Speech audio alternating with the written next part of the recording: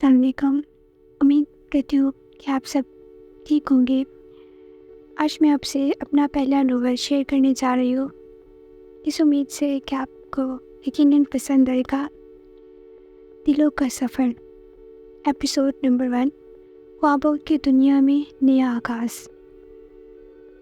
یادیں ہمیشہ دل کی گہرائیوں میں چھپی رہتی ہیں، اور جب بھی وہ چاند کے نیچے بیٹھتی، ماضی کی ہر بات زندہ ہو جاتی۔ وہ لڑکی ہمیشہ چاندنی راتوں میں چھت پر اکیلی بیٹھا کرتی تھی، جیسے آسمان سے باتیں کر رہی ہو۔ اسے اپنی ہر بات چاند سے کہنا پسند تھی۔ وہ خاموش ہوتی مگر اس کا دل چیخ چیخ کر اس کی داستان سنا رہا ہوتا۔ ہاں، وہ 15 برس کی ایک لڑکی تھی، چیل جیسی خاموش آنکھوں والی۔ اس لڑکی کی آنکھوں میں کچھ ایسا تھا جسے ان میں پورا سمندر چھپا ہو۔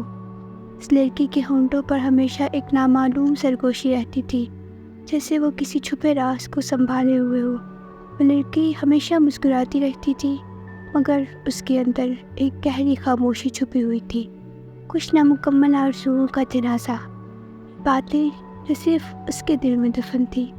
اس وقت رات کے 11 بج رہے تھے، اور وہ چھت پر موجود تھی کہ نیچے سے اس کی ماں کی آواز آئی۔ روز کی طرح آج بھی ان کا وہی باتیں شروع ہو گئی۔ سجل کے نیچے آتے ہی وہ اس پر غصے سے کہنے لگی، کتنی بار کہا ہے اس وقت چھت پر نہ جایا کرو، دن میں جایا کرو، مگر یہ لڑکی تھی کہ کسی کی سننے والی نہ تھی۔ اور آج پھر سجل اپنی چھوٹی بہنوں کے ساتھ جا کر لیٹ گئی، مگر اسے نیند کہاں آنی تھی۔ کچھ دیر بعد اس کے دوست جو چند دن پہلے ہی اسکول میں پڑھی تھی کا میسیج آیا۔ چند دن پہلے فجر کی کلاس میں ٹیچرز نے جگہ تبدیل کر دی اور سجل کو ردا کے ساتھ بٹھا دیا۔ ردا کلاس کی پروکٹر تھی اور سجل کی نظر میں ایک مغرور، شو باز اور ایٹیٹیوڈ والی لڑکی تھی۔ ردا کی پوری کلاس میں کوئی دوست نہیں تھی اور سجل کی بھی کوئی دوست نہیں تھی، مگر سجل ہر کسی سے دوستانہ بات کرتی تھی، جبکہ ردا صرف ایٹیٹیوڈ دکھاتی تھی۔ سجل نے سوچا کہ شاید اسے ردا کے ساتھ بیٹھنے سے فرق پڑے گا۔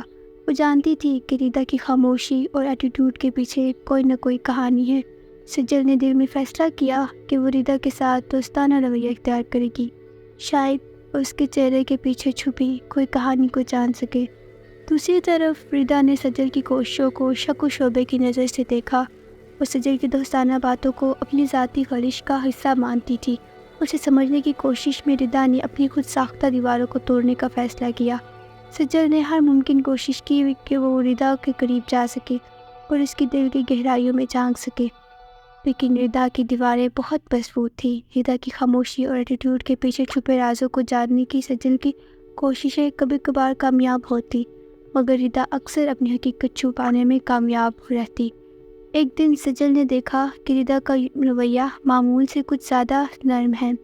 اس نے فوراً موقع غنیمت جانا اور ردا سے بات کرنے کی کوشش کی۔ کیا کچھ پریشانی ہے؟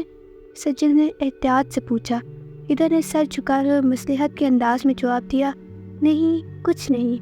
اس کے بعد سجل نے فیصلہ کیا کہ وہ ردا کے قریب رہنے کی اور زیادہ کوشش کرے گی، چاہے وہ کسی بھی قیمت پر ہو۔ وہ ردا کی پسندیدہ چیزیں جاننے لگی، اس کی پسندیدہ جگہوں کا ذکر کرنے لگی اور اس کے ساتھ وقت گزارنے لگی۔ رفتہ رفتہ ردا نے سجل کی سچی دوستی اور محنت کو محسوس کیا، اور اس نے اپنے دل کی کچھ باتیں سجل کے ساتھ شیئر کرنا شروع کی۔ جیسے جیسے وقت گزرتا گیا، ردا اور سجل کی دوستی مضبوط ہوتی گئی۔ اس وقت ردا کا میسیج دیکھ کر سجل کے چہرے پر مسکراہٹ آ گئی تھی۔ باتوں ہی باتوں میں سجل نے ردا سے کہا، یار، کیا آج سے پہلے تم نے دوستی نہیں کی کسی سے؟ ردا نے کوئی جواب نہ دیا۔ میسیج کو نظر انداز کرتے ہوئے ردا بولی، چھوڑو اس بات کو، کچھ اور بات کرتے ہیں۔ لیکن اس سے پہلے سجل کوئی میسیج اور کرتی، ردا نے کہا، اوکے یار، مجھے نیند آ رہی ہے، بائے۔ یہ کہہ کر اس نے ڈاٹا بند کر دیا۔ اس کو کیا ہوا؟ خیر، سوچے سمجھے بغیر سجل سونے لگی اور کچھ وقت بعد ہی نیند کی گہرائیوں میں چلی گئی۔ صبح اٹھتے ہی سجل کے کانوں میں جو آواز آئی وہ اس کی تائی کی تھی۔ رہنے کو تو اس کی تائی دوسرے گھر میں رہتی تھی، مگر ان کی حکمرانی یہاں پر بھی تھی، اور آج صبح صبح وہ سجل کے گھر نازل ہو گئی تھی۔ آج اتوار کا دن تھا۔ سچن نے سوچا کہ سکون کی نیند سوئے گی، صبح دیر سے اٹھے گی، مگر اس کی تائی صبح 8 بجے ہی نازل ہو گئی اور اس کی امی سے شکایت کرنے لگی، واہ نصرت، خوب عادت ڈال رکھی ہے، دوپہر آنے کو ہے اور تمہاری نواب زادیاں ابھی تک گدھے گھوڑے بیچ کر سو رہی ہیں۔